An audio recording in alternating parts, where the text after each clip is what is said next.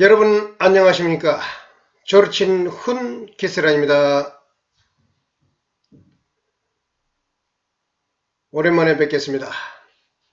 아사달 씨름과 관련해서 그동안에 50여 편에 걸친 유튜브를 제작해 왔는데요. 거의 아사달 씨름 대회와 관련되는 것은 이제 막바지에 이르고 있습니다. 그래서 오늘의 주제는 아사달 씨름의 저변 확대와 학교 수업 방식, 저변 확대. 아사달 씨름 대회를 성공시키기 위해서는 아사달 씨름 인구가 늘어나야 되는데 그 인구를 확장시키기 위한 가장 좋은 방법은 여러 가지 다목적 교육 목적도 있기 때문에 자라는 세대의 학교를 통해서 그 길을 모셔가는 게 가장 합리적이다. 이렇게 생각했습니다.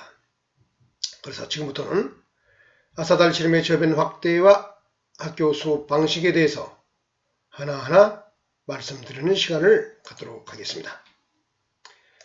먼저 예전에도 많이 말씀드렸다시피 아사달 씨름은 고구려 고분벽화의 이 그림을 현대적으로 부활시킨 것으로서 일본 수모와 같은 것이다. 고구려 씨름은 일본 수모와 같은 것이다. 부여계통의 이 씨름이 백제를 통해서 일본까지 전해져서 오늘날 일본인들이 그대로 하고 있다. 그래서 이 씨름은 부여인, 고구려인, 백제인, 일본인들이 했던 씨름이다. 이렇게 한마디로 정리하면서 얘기를 시작해 놔도록 하겠습니다. 자, 본론에 들어가서요. 그러면 아사달 씨름 저변 확대를 위해서는 어떻게 하느냐. 여기 보면은 아사달 씨름을 하려면은 씨름장이 있어야겠죠. 그래서 그 씨름장을 전국의 모든 고등학교에 한 개씩 만든다. 국가가 지원해서 씨름장을 하나씩 고등학교에는 전부 하나씩 둔다. 이겁니다. 격렬한 무사도와 관계되는 무술과 관련되는 것이기 때문에 아무래도 남자 고등학교 또 남녀공학은 당연하고 그쪽을 중심으로 이 활동이 이루어지지 않을까. 여성들 입장에서도 맞는 또 씨름도 가능할 수 있을 것입니다. 그것은 나중에 또 설명하는 시간이 있을 거고요. 우선 남자 고교생들은 모두 이 씨름을 할 수 있는 환경을 조성해 준다. 그래서 남자 고교 1학년부터 월간 월 4시간의 수업을 윤리체육교사의 합동으로 1회 이상 실시한다. 1회 이상. 이게 연속 4시간이다 이 말이죠. 자, 이거 잠정적인 걸로 제 아니긴 한데 이것은 뭐 국회를 통한 법이 통과되는 과정에 논란이 형성되면서 뭐 수정될 수도 있겠습니다. 제 아니기 때문에 일단은 그대로 들으시면 되겠습니다. 하여튼 한 달에 연속 4시간 한다. 연속한다 이 말이에요. 윤리와 체육교사가 합동으로 하고 한 번 하는데 4시간 하는데 한 1회 실시한다. 얘기입니다. 그리고 여기서 4시간 중에 첫 번째 1교시는 이게 중요합니다. 시카라스의 이념과 씨름 윤리를 가르친다. 왜? 예전 유튜브에서도 말씀드렸다시피 이건 단순히 스포츠가 아니고 국가의 천년대계를 목표로 큰 그림을 그리는 교육 목적을 갖고 있기 때문에 이런 시카라스 이념과 씨름 윤리를 가르치는 이런 대목이 있는 것입니다. 그리고 나머지 3시간은 실전 학습으로 씨름을 단련한다. 씨름장에는 대형 걸개 그림으로 브로마이드 큰 그림으로 씨름장에 고구려 고운 벽화를 반드시 꾸며둔다. 무슨 얘기냐? 이 그림을 그 씨름장 주변에 반드시 걸어두어서 수업 과정에 교사가 학생들에게 고구려 씨름에 대해서 확실히 주입하는 그런 환경을 만든다. 이 얘기입니다. 그래서 대형 걸개 그림을 반드시 고구려 고운 벽화를 씨름장에 설치한다. 그 다음 10월 개천절을 전후한 시기를 잡아 학년별 반대항 아사달 씨름 대회를 실시한다. 학교 단위로 개천절 그 당군 성주께서 나라를 열었다고 하는 그 개천절을 전후한 좋은 가을 날씨 때 이 아사달 씨름 대회를 학교 단위로 이렇게 실시한다. 이겁니다. 이걸 통해서 한국인의 본래적 자기를 회복하는 그런 중대한 학습 도구로 삼는다. 이겁니다. 그리고 고구려 씨름협회가 출판하는 아사달 씨름 과목을 윤리 과목 아래 필수로 선정한다.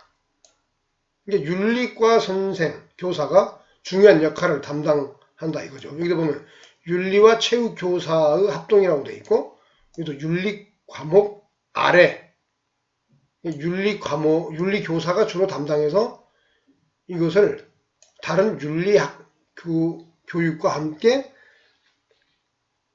병행, 그 다음에 융복합해서 윤리 교육을 실시한다.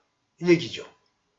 그러니까 이 아사달 씨름 대회는 씨름이라는 것은 단순히 스포츠가 아니고 윤리 과목과 깊이